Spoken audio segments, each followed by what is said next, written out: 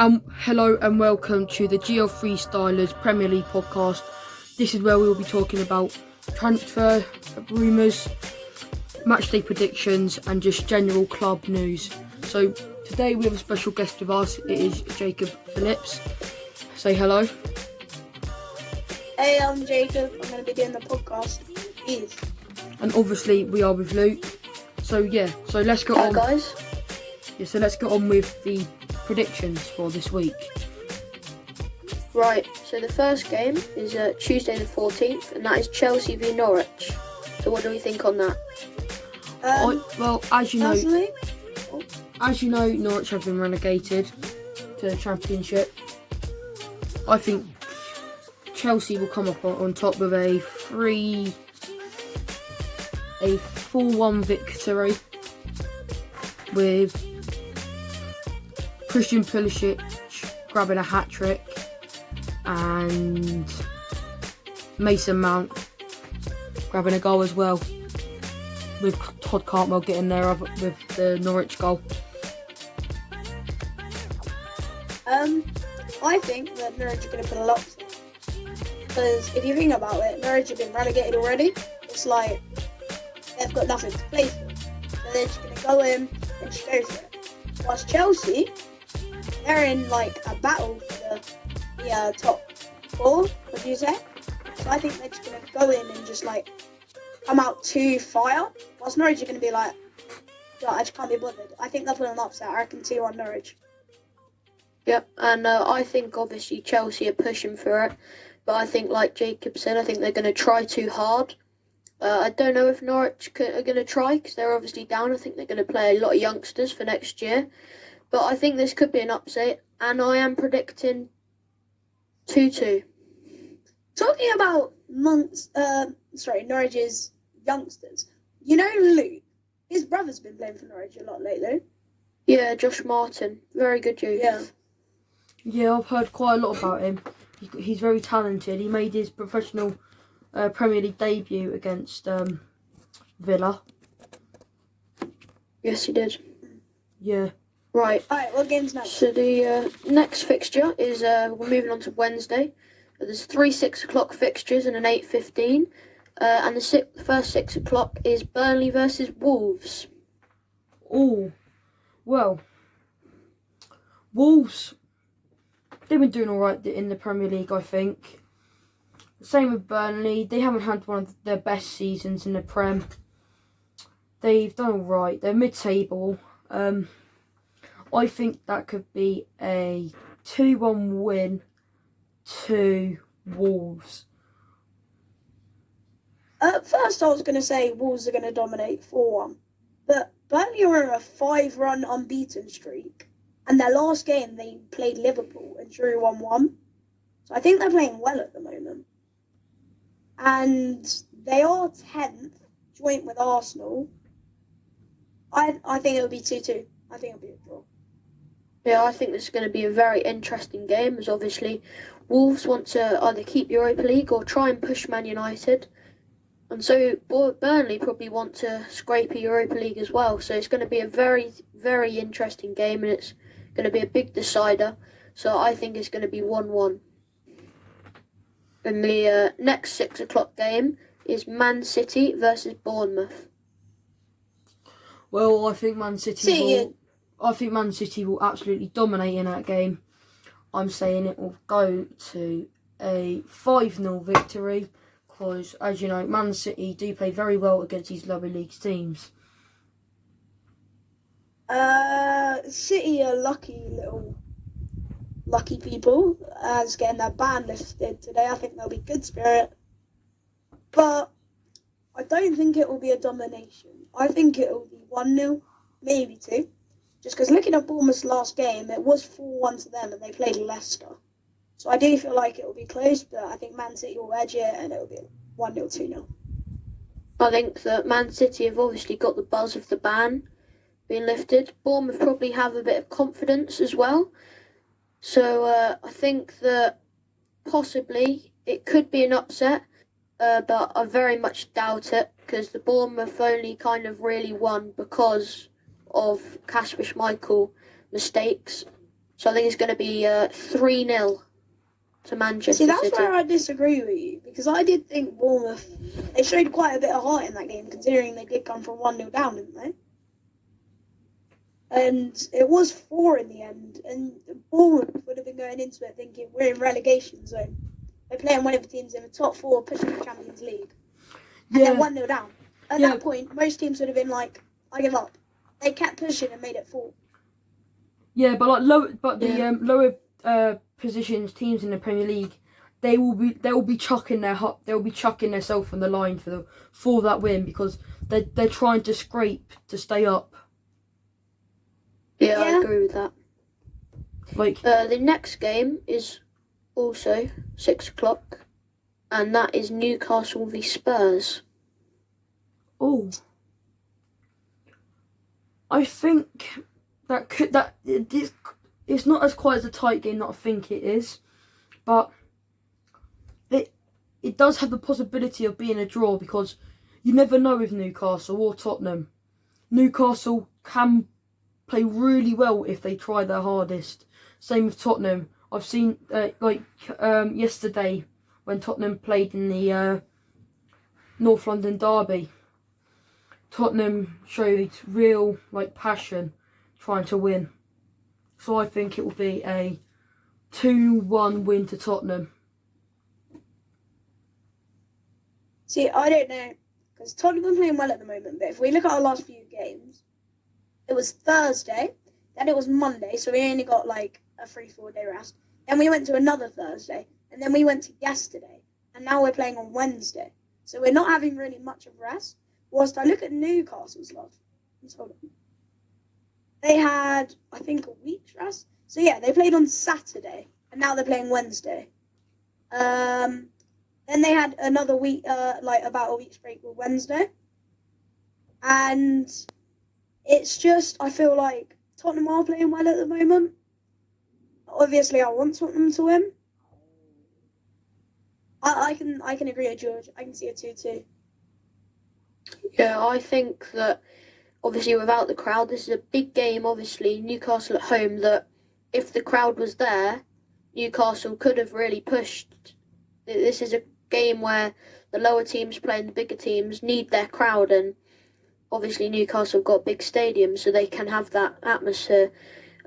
Newcastle can turn up on their day, so can Spurs. It'll be an interesting game. See who turns up. But I think it'll be a 2-0 win to Spurs, as they really need to start pushing for the higher places in the table. Yeah, Looking back on it though, Tottenham they're on a 3-game unbeaten after beating Everton and drawing Bournemouth, and then yesterday beating Arsenal. So I'm actually going to change I'm going to say 2-1 Tottenham. Yep. I feel like they'll be encouraged after their win against Arsenal. Bergwijn, I reckon, will play because he hasn't played for a while. I reckon Dembele will play. I think Mourinho will switch it up. And I think with a lot of new legs, they'll be excited, they'll push, and I can see it win. Nice.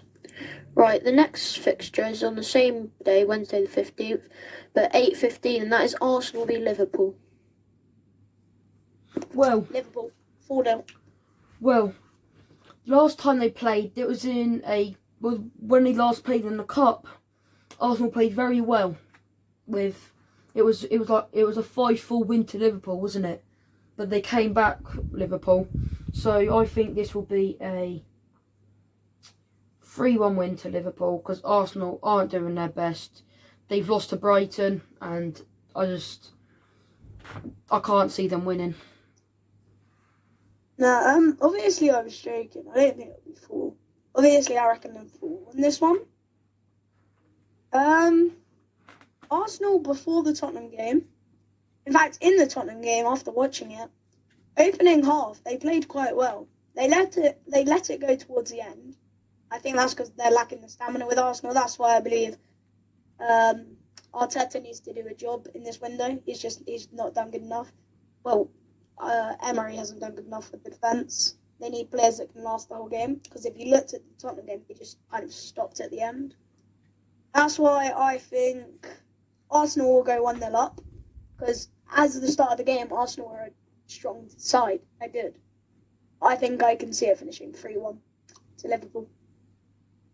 Well, I'm thinking a bit of a shock here because if you think about it, after the restart, Liverpool haven't exactly been on peak form really, and now they've won the league. They don't really. I know they're chasing records, but there's nothing really to play for. Whereas Arsenal, they really are in the mix, and obviously they did quite well. And I think they're a very good side when they have their players. But Bernd Leno is a very, very big miss for them.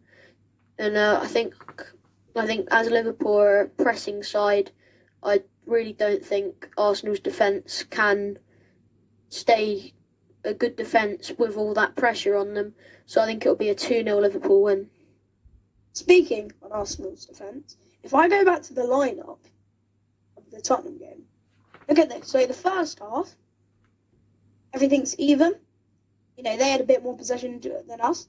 At the end, they were dominating until the last 10 minutes. And if you look, we had 80% possession in those last 10 minutes. They fall apart at the end. That's what they need to sort. Yeah, they need to get. I agree with that. They need to get players that aren't old, because in the transfer window they bought David Luiz, and he's 31, 32. Like, he's getting old. He's getting to that point where he's going to start thinking about retirement. Yeah, they're sitting with the defence. If you look at their defence yesterday, Luiz, Mustafi, and Koscielny. And then they were playing Bellerin and Tierney as kind of midfielders. That, for one, is a mistake, considering Bellerin is one of the best fullbacks in the Premier League. And Tierney, they've just bought, to strengthen the defence up. They're playing him there. See Koscielny, he's not a centre-back. He's a left-back, if anything, a left mid. Don't know why he's there. And a mistake that they made is when they were losing 2-1, they brought Koscielny off, their most attacking defender, and they brought on flipping Cedric. They need to sort their game out, sort their defence. And I feel like if they can sort their defence, get Ceballos on a permanent, then they'll have a great team. But they're just not using their potential. I highly agree with that. It's not like they're a team in financial struggles. They have a lot of money, but they're just not using it in the right ways. Yeah. But they see, Nicolas Pepe, he paid way too much for what he is. I know he's a good player, but if they spent 70 mil on a centre-back, then it would be a different league, really, for them. So they just need to, hopefully Arteta, now he's got his first big summer window, he can bring in someone that they really need. And you look at Arsenal and you think, okay, this is a team that pushes for Europa League, if not Champions League. And they're sitting 10th place with their next 2 games against Liverpool and the one after that, Man City. It's just not... They need to become, in my eyes, Arsenal right now are a mid-table team. And they need to show me that they're a top 6 team again. Because otherwise, with the defence that they have, with the midfield that they have, they're not good enough. I don't think them bringing Arteta in from Man City did any good jobs, because he's stupid. He's not a manager. He's an assistant manager, which worked with one of the best Premier League managers this season and last season. He's not ready to actually make that big step up to actually coach a team that should be pushing forward. And the fact that his first job is Arsenal. A team. Don't get me wrong, I don't like them, but they're a top 6 team. And the fact that his first job, you'd think as a first manager job, someone, maybe Championship, maybe a smaller league team, not one of the top teams in the world. Yeah. I think it's a bad decision. Yeah, we see a few years ago, Arsenal v Liverpool, Ozil in his prime, all their good players still at the club, decent defence. This would be a completely different scoreline. Yeah. It's just funny how in a few years, it's really... See, you'd think Liverpool would be finishing 10th and Arsenal would be pushing for the top 4, but it's just flipped over and they just really haven't invested in the right spaces. They've let a lot of people go, brought in people that aren't matching what they've let go. Yeah, like And if I was to read you this, you look at Arsenal 2015-16, right? They came second. Then you go to 16-17. They dropped down to fifth. You know, not the best season, only fifth. Then you go 17-18. They go down to sixth. And then you go 18-19. They're still around that fifth, sixth Europa spot. And now they're all the way down at ninth. You can just see going from second to ninth, like the downfall of going through Wenger to Emery to whatever his name was. That's like the caretaker manager. And now Arteta. They're a shambles. yeah, they've had a flop because Yeah. they used to be winning the FA Cup every single year. They did so well in the cups in the Prem, but they just turned into a massive laughing stock, I think. Yeah. I think losing Giroud was really changed them. Really, Giroud in his prime you'd bet him on scoring 1 or 2 goals each game. Obviously, he's not at his best at Chelsea, but he's doing all right. And Arsenal need someone like that. So I was thinking, I think the perfect man for them is someone, if Aubameyang goes, which is looking likely, because he's not going to be wanting to play Europa League football with his quality. I think someone like Michy Batshuayi could do well for them, because he doesn't get the game time at Chelsea, but he's a top striker, and you can't take that away from him. Yeah. If Aubameyang goes, there's a point in the world where you have to recognise world-class strikers. You got Aubameyang, you got Kane, you got Suarez, people like that. And they're unreplaceable. So they'll have to spend big, big money to replace Aubameyang. I don't think they can just go out and go Batshuayi or a second-class striker like that. Don't get me wrong, He's good, but he's just not on the level of Aubameyang, Kane and Suarez.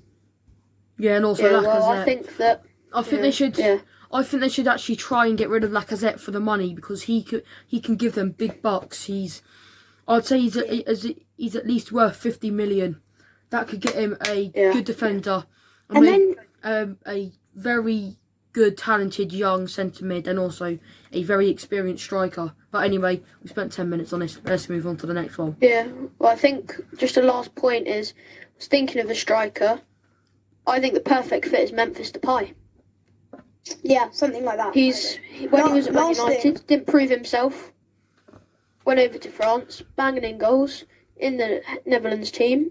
There's just, if Aubameyang goes, there's no wrongs in that. For me, the last thing with it is, you see Man United signing Fernandes, you see Tottenham signing Bergwijn, you see Chelsea signing Ziyech, and you see all of these top 6 clubs signing top-class players. And then you see Arsenal signing Cedric from Southampton. They need to spend more money. Yeah, right. Gonna have to move on with this. And we're moving on to Thursday the 16th, and that is Everton against Aston Villa. Well, I think this could be a very tight game because Everton aren't doing well. Well, I say not doing well. They're doing all right, but not as good as I think they haven't won in 3 games. Yeah, they're not doing as well as I thought they'll be doing.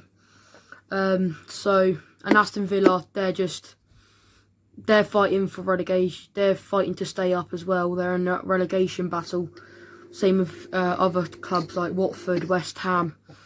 I think this will be a 2-0 victory to Everton with Richarlison scoring both goals and maybe Calvert-Lewin. Yeah. I personally can see 1-1.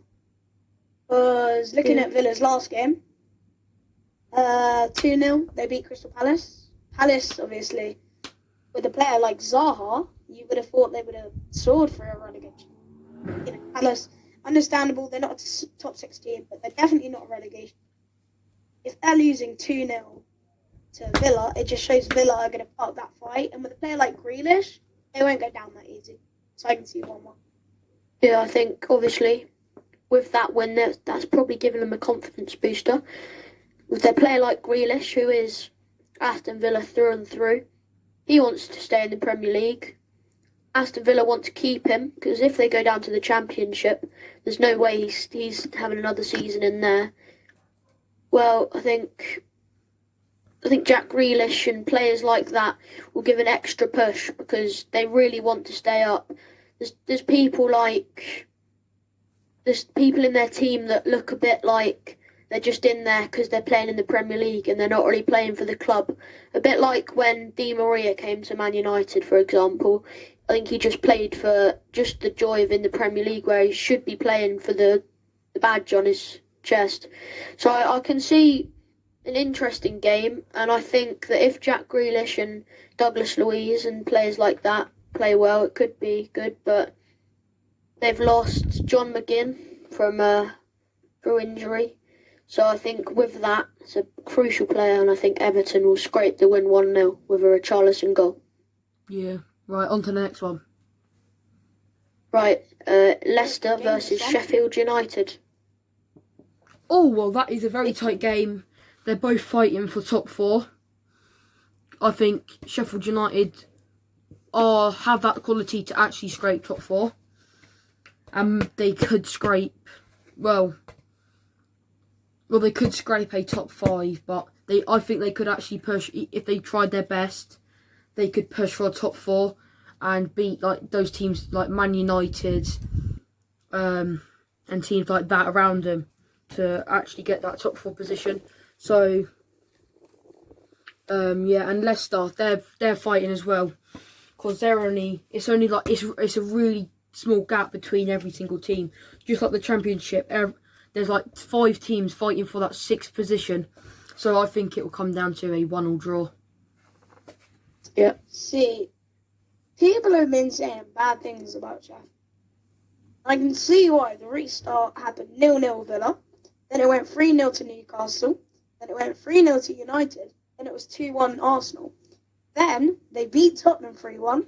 Yeah, they drew at Burnley, had a bit of a blip. Then they beat Wolves, and now recently they beat Chelsea. Was for Leicester, they've just lost 4-1 to a relegation side. And I think they're not in the best form either. I think they've lost they've only won 1 out of their last 5. Yeah, also taking in mind that Soyuncu got sent off, so he can't play the remaining fixtures. They've won 1 out of their last 7. 1 out of their last 7. Their last win before Crystal Palace was all the way back against the restart. They've only won 1 game since the restart. Yeah, well, I think... They've only won 1 game. I don't know what teams they've been playing, because obviously I'm not focusing on that at the moment. I'm focused on the Championship, but I feel if they played like teams below them, like below 10th, teams like Arsenal, Bournemouth, Watford, Southampton, I think they could have at least got 5 wins out of that, which is 12 points they could have got. You see, they did play Arsenal, and Arsenal only had 10 players, but they still didn't win. I don't think Sheffield are going to push for top 4. I just can't see that happening. I can see them getting Europa League, but I don't think there's a single chance of them getting Champions League at all. Obviously, they've seen Leicester. They've seen Leicester lose, so they're probably thinking, right, this is our time. But I just think Leicester only really lost that game because Schmeichel's their leader and he made a mistake. So I think as soon as a mistake happened, just went really. Soyuncu, one of their best players, centre back, sent off, so he can't play. Big miss. Vardy scored a goal. He's on good form, but Maddison's out as well. So I can see Sheffield United winning. And I think comfortable 2-0. People are going crazy about this season being mad. Leicester 4th, Wolves 6th, Sheffield 7th, Tottenham 8th, Arsenal 9th. A bit crazy. I think it all fall apart. Leicester, Wolves and Sheffield fall out the top 6. Arsenal and Tottenham will drop back in. And, because those teams, apart from Sheffield, really haven't been playing well. So I agree with that. I can see it going back to normal in these last few games. And, I think the whole restart, because I know Tottenham had a lot of injuries. I'm pretty sure Man United were in a bit of this is a sticky situation. And they both come back in, admittedly Tottenham not as strong, but still a lot stronger than they were. and sitting in a lot better positions. So I can see the Premier League falling back into a normal, stable place. Yeah, I think obviously I'm not taking anything away from what Sheffield United and Leicester have done this year. They've been outstanding. But I think it's a bit like when Leicester won the league. It's just a bit of a, not a fluke season, but out of the ordinary. I think Sheffield United will drop back down to be 8th to 10th side. Leicester, 5th or 6th, but maybe 7th. I think the top 6 next year, if Arsenal bring in the right players, No, same. I was going to say, after we predicted everything, we should do our top 6 predictions. Yeah, we'll do top 6 at the end, guys. Right, so we're going to have to move on quickly. And this is the next game on a Thursday, obviously. And that is Crystal Palace versus Manchester United. Well, Crystal Palace are Man United bogey team. Their recent fixture this season, they lost, I think it was 2-1. If I'm right, Luke. Yeah, it's 2-1, but obviously De Gea mistake. Yeah. I think we don't do the best against them, but I wouldn't call them a bogey team. Yeah, so I think it could go Man United's way. Man United are in an absolutely amazing form. They've won every single game above 3-0. Well, 3-0 and above. So I think this could go for I think they could actually go for another 3-2 victory for Man United. Yeah. I think, obviously, I am a Man United fan. It's not biased or anything. We're doing very well at the moment. Palace, not the best. I think 3-1 to Man United. I think it will be comfortable. Obviously, there's the Chelsea fixture in the FA Cup that Solskjaer has to take into mind. It'll be interesting what squad he puts out, but I think it should be a victory, realistically. Yeah, I can see 2-1 United, maybe 3. Nothing special, though. Palace aren't doing that great. Yeah, right, the next fixture. This is a similar sort of position in the league, I'd say, and that is Southampton versus Brighton. Oh, as you know, it's a derby. South England But derby. did you say Southampton who? Brighton. Southampton versus Brighton. As you know, it's a South England derby, the coast derby. So I think it could be it's a very tight game. They're both in roughly the same positions. Southampton, their good players are like Ward-Prowse, Danny Ings. That's, I'll say, they've already got. Maybe their left back, he's gone out of my mind right now, I can't remember his name. Brighton, they've got Mapai, they've got Lewis Dunk and Lewis Dunk. Yeah, so I think it could come out as a draw, as it's a tight game. So I think it could be just staying 0-0. Yeah. I mean, obviously this is a tight one. I can't really say what I think on Southampton recently because I haven't seen their game tonight yet. But recently they haven't been playing that great. I mean, they beat Man City, to be fair. They lost to Arsenal. They drew to Everton. I can see Southampton winning though, 1-0. Yeah, I think Brighton obviously haven't been winning, but they have been playing good football. Similar to Arsenal in the first half, they do well, but they really, really don't take their chances. Danny Ings on the form of his probably life, to be honest. So I can see Southampton winning. But I'm going to give it to Brighton as all their hard work will probably pay off. I'm going to say 2-1 Brighton. Damn, that's a cool idea. And the next fixture is on Friday, and this is a huge relegation battle. And this is West Ham versus Watford. Oh my god. Do you mind if I speak first on this one? Because I'm gassed. Yep. I want Watford to win so badly. Well, as you know, so do I. Because I'm a massive Millwall fan. I hate the West Ham. It would be hysterical if West Ham went down. I'd love it. Honestly, And, Millwall v West This is a Ham. key game, isn't it? Yeah, I honestly, if I'm honest, can't see West Ham winning. Who have they got? Antonio? That's it. Congrats. You're getting gassed over beating Norwich. 3-0 Watford.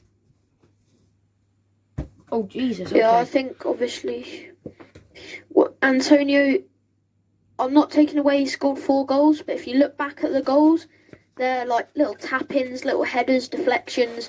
They're nothing special. He was a good player, but his goals weren't on form.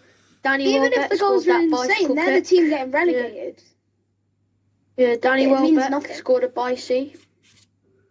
Like, he's probably very happy about that and probably get started. But I think this is going to be a huge game, very dependent on... They're obviously not going to come 19th. I think they'll be like bottom of like 18th, top of relegation. I don't see either teams getting relegated, but I believe this will be a Watford 1-0 victory. Oh, I think Yes, I absolutely want Watford to win so much. Because, as you know, I am a Millwall fan. I absolutely hate West Ham. So, yeah, West Ham are getting so gassed over the Antonios for 4 goals against Norwich. Like, you can't get gassed over Norwich. Norwich have been relegated. They're playing Championship team level next season. They weren't ready for the Premier League. Watford, they've done very well to get out of bottom place earlier in the season. Yeah. So I can see a Watford 2-0 win. Yeah. Well, let's move on the fixtures, and at the moment now we're going to talk about some very, very breaking news, and that is Man City's ban being lifted and their fine being lowered. I am honestly, when I got told the news, I swear to God, Man City will get away with everything. What did they do? They did like illegal business for youngsters, didn't they? They spent. There's a rule where as much as you spend, you have to have a percentage of that income selling players, and they spent way more than the money they got in income, and that's illegal fair play. That's why they've won the league. That's why they've won the league. They've got these rich owners bringing in class players. Yep. Man United did it. No, I think Liverpool If Chelsea did it. Get away with everything. They would get told ban. But when Man City do it, they're like, "Oh, big scary club, a lot of money. I'll lift it for you." Yeah, what they'll do is when this happens, they would have spent tons of money finding an investigator to find some flaws in the investigation, and yeah, it'd be easy for them. They'll spend millions on this, but I think 2 years is a bit unfair. I think 1 year we would have all been happy with, but honestly, it's like VAR. One team gets a penalty, the other, no way they'd get that. It's just inconsistent, really. And I think that if they're going to take it in 2 years, then the fine shouldn't be lowered. I just think the FA are completely wrong. They need to man up about it and stick with their first decision and not go, "Oh, big scary Man City with money. They might hurt us." To be honest with you, if they were just going to overturn it, it's just pointless saying it, because when you make a decision, you've got to stick to it. Like the referees, in football games, they never overturn decisions. They have to stick with it.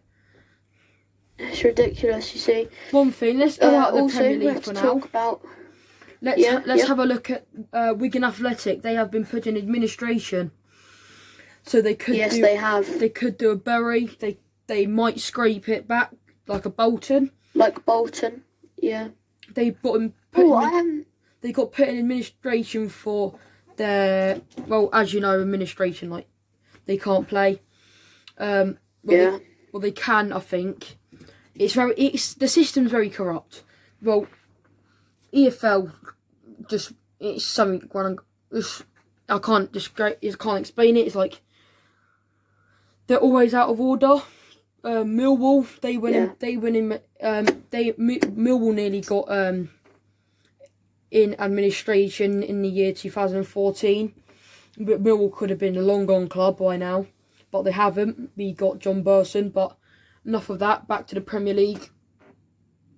Yeah, well, I think also on that Wigan story is obviously it's really like Arsenal. It's really flipped because a few years ago they were FA Cup final. Yeah, they They beat were Man in the Premier City. League. They were very good. They beat Yeah. Man City They had in the Premier in the they had Will Grigg yeah. as well. And then they sold him to Sunderland, and then obviously now it's just really flipped. But I think they won't go bust because they have a huge fan base. No, they It's a club don't. like I'm finding Bury. out some new stuff. Yeah. Luke, did you just if say we they talk have a about massive Bury. fan base? Not Tottenham, sorry. Well, it's bigger than Bury's, isn't it? They're a little town. We're gonna If Wigan's is a lot bigger. compared to if Bury's. we're gonna switch back to the Premier League, I've just found some news out that Liverpool are looking to extend Dejan Lovren's contract to 2022. Wow, wasn't expecting that. Oh, let's talk about transfer rumours. So, I've heard that Jadon Yeah. Sancho has been linked with Man United for quite a while now. Same with Jack Grealish, I think, if I'm getting that right. Yeah, that's right. Yeah, I think they could. Before we go on to transfers, can I just speak about it? Sorry. Yep. What I heard yesterday about the whole Wilfred Zaha thing. It's like so disgusting. So let's go on to transfer rumours. Yeah, I believe that there's Liverpool are interested in Thiago from Bayern Munich. Obviously, Bayern Munich have just bought in Sane, so they're probably trying to keep Thiago so they can have their best team. But obviously, if Thiago sees how Liverpool are doing and they come in with the big money, then I don't think Bayern Munich can say no to that. So it's just everything needs to be sorted out with the coronavirus. If City Stuff were like that. smart, they would have just gone, I'll swap Sané for Thiago. Yeah, but City have got the players. That means that Sterling, Bernardo Silva, and players like that and Mahrez can all play at the same time now. Now Sane's gone and they don't have to rotate. But they've lost a big player in Sane. But I don't think even though he's injured this year, I don't think that's the reason why they haven't challenged the league. But I think the reason is probably the loss of Emerick Laporte at the back because he's consistently been solid since he's been back. I think it could have been a different story. But we'll move on to some other clubs' transfer rumours now. Obviously it's been a thing recently. People like Bale to Tottenham, Bale to United, Bale to China. What are your guys' opinions on that? Do you think he'll stay? Where do you think he's going? I don't know, it's kind of quietened down a bit recently. It was a big thing You say in that, but I summer reckon when the and when the January. transfer starts up again, they'll go, Bale this, Bale that, Bale this. Yeah, it's kind of quietened down a lot more than what it was. You don't hear it as much. January and last summer, it's all you heard about. But I think it depends on the player really. Real Madrid have got as much money, so I don't think they really mind if he goes. It depends on the player's happiness. I think if he goes anywhere, it'll probably be back to Spurs or maybe China. So I think he'll go to China and then I think he'll probably retire at Spurs because that's where he got his career made. But I don't know. I don't think he'll go to Man United or Bale would like not Liverpool move. or anyone like that. I think Bale will stay. If Bale would not move. He's got a massive golf course in the back of his garden. He will not move. Yeah, but we're you talking see- about yeah. Tottenham transfers, the two subjects I want to focus on. First one, Ndombele. What are we thinking there? Yeah. Are we thinking it's going to Get go him faster? gone. Are we thinking it's going to Get him stay? gone. Do you know what? See, I think you could sell him to Arsenal because he will do an absolute cracking job at Arsenal. Yeah, He but wouldn't then do he'd be that, the though. most hated man in English football. I know, but Plus, Ndombele, he is a world-class footballer. He's just not the smartest when it comes to... You see, he is one of the best players in the Prem in his position on the ball, but off the ball, he's dreadful. He's really lacking the urgency to go and create things. He just strolls around. Like, I can see why Mourinho is really. See, this is what FA should do. Mourinho's made a decision to take him out of the team, and he hasn't changed that. He's stuck to it. But with FA and the ban and stuff like that, they need to stick to it. So I think Mourinho's done the right job, but obviously spent a lot of money, so they will be trying to get money out of him or sell him for profit. So just a matter of days before we see what happens. Two big things, if we're just the last things about Tottenham now. We have sent out 2 offers. I'm hearing a lot of sources. One of them more frequently than the other. I'm hearing a lot of, we're going to go back for Grealish. Do you think this move would happen, or what do you think? Because I feel like if Villa carry on in the form they're in, Grealish will come to a different club. And I think if any Tottenham, because it was either Man United or Tottenham, and let's be honest, what use have Man U got for him now? They've got a solid midfield in Bruno Fernandes. Yeah. I think if he does go, he'll go to Tottenham. I think there's rumours that he's been looking at houses in the northwest, but I don't think it'll be for Man United. I think it'll be for Manchester City, if I'm honest with you. They've lost Sane, they've lost David Silva at the end of this season. Have they? And I think he'd fit in. Yeah, David Silva's going to America. And I think Grealish would be a perfect fit for Man City for when players like Bernardo Silva and Aguero, and they all have to change up their attack. Then he can push forward, but he'll do a brilliant spot in cam.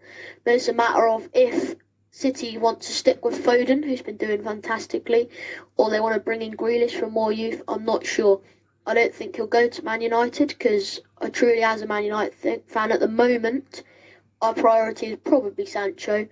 And our midfield, if we manage to keep Pogba, there's just no room for him. It'd just be pointless money, like Di Maria, like players like that, Sanchez, that we just bought just for headlines, really, and they've really not delivered. But obviously Jack Grealish knows the Premier League. I don't think he'll go abroad, but I think it's between Spurs and City, if I'm honest. Yeah. And finally, obviously there's a lot of talk of Ndombele going, as I said, but there's also a lot of talk with swap deal, or if not just a permanent deal, of Coutinho to Tottenham. Yeah, I haven't heard too much on very, that. very but, close in summer. They were very close to agreeing. Well, no, you don't. At the end. You don't actually need him. You got the people like Lucas Moura. You recently in January you bought Bergwijn. You got Harry Kane up front. That's what I've been saying. I've been looking at all of these rumours and I've been going, we don't need him. You know. Well, it's stuff like at the moment as well. There's a lot of rumours surrounding Kane in his future. I think if he's Tottenham through and through, he'll stay. But I don't know. What they do is the agents, the agents say stuff to sources like Daily Mail, The Sun, like the weekly newspaper, stuff like that, to put out these things. Then other clubs go like, "Oh, he's a good shout. We need him. We've got the money to buy him." But that's when other clubs start getting in the mix, and that's when their price starts getting higher. Then the club get more, and then that's when the player starts get paid higher wages. That's how they get so big. Like, who was it? Neymar. He went to Barcelona for nearly 200 million. Paris. Yeah, he's gone to PSG from Barcelona. I don't think he really wanted to go. He went for the money. It's obvious to see, but I think it depends on really who stays at Spurs, because I don't think Harry Kane will go, but there's a lot of speculation around him at the moment for some reason. I don't know why. Because he's a class striker, but I think Spurs weren't in a very good place before lockdown, but now they are getting into a routine of winning. And if they get in the top 6, which I'm pretty confident they will, because Leicester, Wolves, stuff like that, I don't think they've got the quality to carry it on, then I believe that he will stay. But if he goes, then I believe that someone like Bale or someone like Coutinho, because Spurs are quite good at not spending money, but getting players in who they need properly. So I think if I Kane can't goes, see Kane leaving. I can't if see Kane him. goes, which is quite unlikely at the moment, then I believe that they will back the board. The board will back Mourinho, and he'll bring in who he wants. There are Yeah. only two people at the moment that I could solidly say I think will be. In Dembele, I could solidly be like, yeah, no, he would stay. And I can see Sessegnon. Tanguy leaving. Tanguy, Tanganga. Tanganga. I can see him leaving. He said that he's happy with his position at the club when he was asked, do you think he should play more? He said, no, he's happy and he's looking for signing a new contract. Yeah. I think well, I think he yeah. could go. He's got that potential where other clubs will be in the mix to try and get him. I think that obviously with Alderweireld and Vertonghen's future uncertain, I think that next season he'll get a lot more game signed a new time. contract. You do realise that? For Has an he? extra year. Is that recently? Yeah. Okay. Like 2 weeks Well, I ago. think what's best for him is now Vertonghen. He's not going to get in above Vertonghen and Alderweireld. Let's be honest. I think the best for him, just for this year, while Vertonghen stays, is a loan out to a club like Bournemouth, like Millwall, Watford please. if they stay up. Like Watford if they stay up. Just somewhere to go and get game time and get experience in the Premier League. Come back for Tottenham week in, week out, and it'll be class. I think that's what he needs. I don't think he's going to benefit from staying at the club and playing the last 15 minutes. Yeah, something I am interested to see is what we're going to do at the right back position. Because obviously Aurier, he won't be playing for a while now after what happened today. Very sad. Rest in peace. So I want to see what we'll be doing in that position. Yeah, I'm not sure what's going to happen now. I think, Tanganga's very, I don't know how to put it. He can play most positions around the back. But I think you'll probably, if you let Tanganga go on loan, what I'd like I'm to not see sure is- whether that happens. What I'd like to see I think I'd like to see Lloris bring in goal. someone in. I'd like to see a back two of Sanchez and Alderweireld. Then I'd like to see Davies left back. I want to see Tanganga on the right. Two CDMs. I want to see Sissoko and then Dembele. Attacking midfielder. When Dele gets back fit, probably Dele. Left mid, Son. Right mid, Bergwijn, and up front Kane. That's another a player very I strong think. squad. That's But then another. I also want to rotate between Dele and Lo Celso because Lo Celso's playing so well. Well, Ben Davies is another player I think should leave Tottenham. He's not good enough for them. Tottenham need like an Tottenham need an Alex Tellers at left back. Like he's one of them players like Luke Shaw who's good on their day but can be bad in some circumstances. But players like that do not get as much credit as they need. Do I think Davies is good enough for Tottenham this season? Yeah, he's alright, but if they really want to push for the titles again, then they really need someone like Alex Tellers, someone like that can fill in well and do well, or just get someone in that's youth and just get them going for a lot of years. So I think what we need to do now is we just need to predict our top 6, and then we'll be back on this podcast soon with the next fixtures.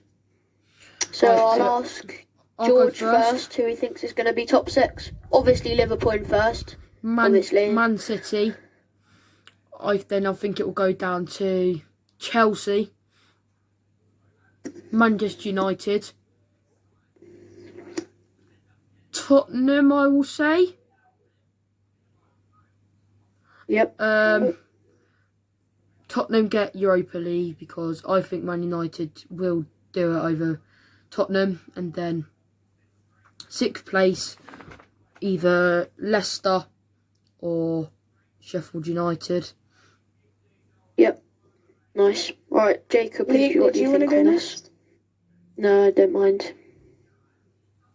You can go next. Okay, right. Obviously Liverpool first. City second. No one's going to catch them up. I'm thinking Chelsea 3rd. Man United 4th. Leicester 5th. Tottenham 6th.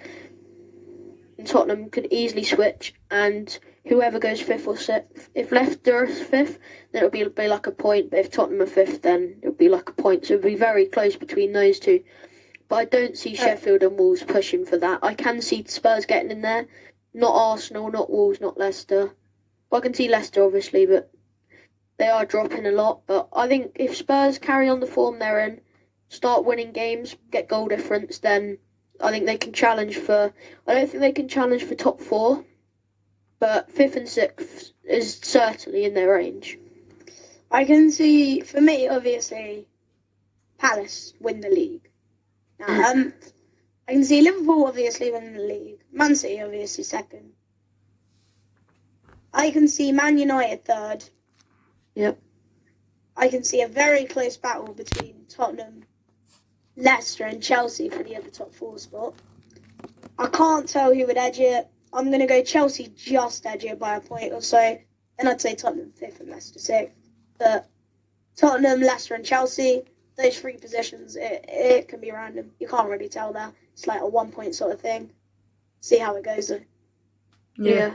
Well, that is included for Right. today, and we'll see you next time. Thank you guys. Thanks. Thank you guys for that. Right, see you. Bye. Bye.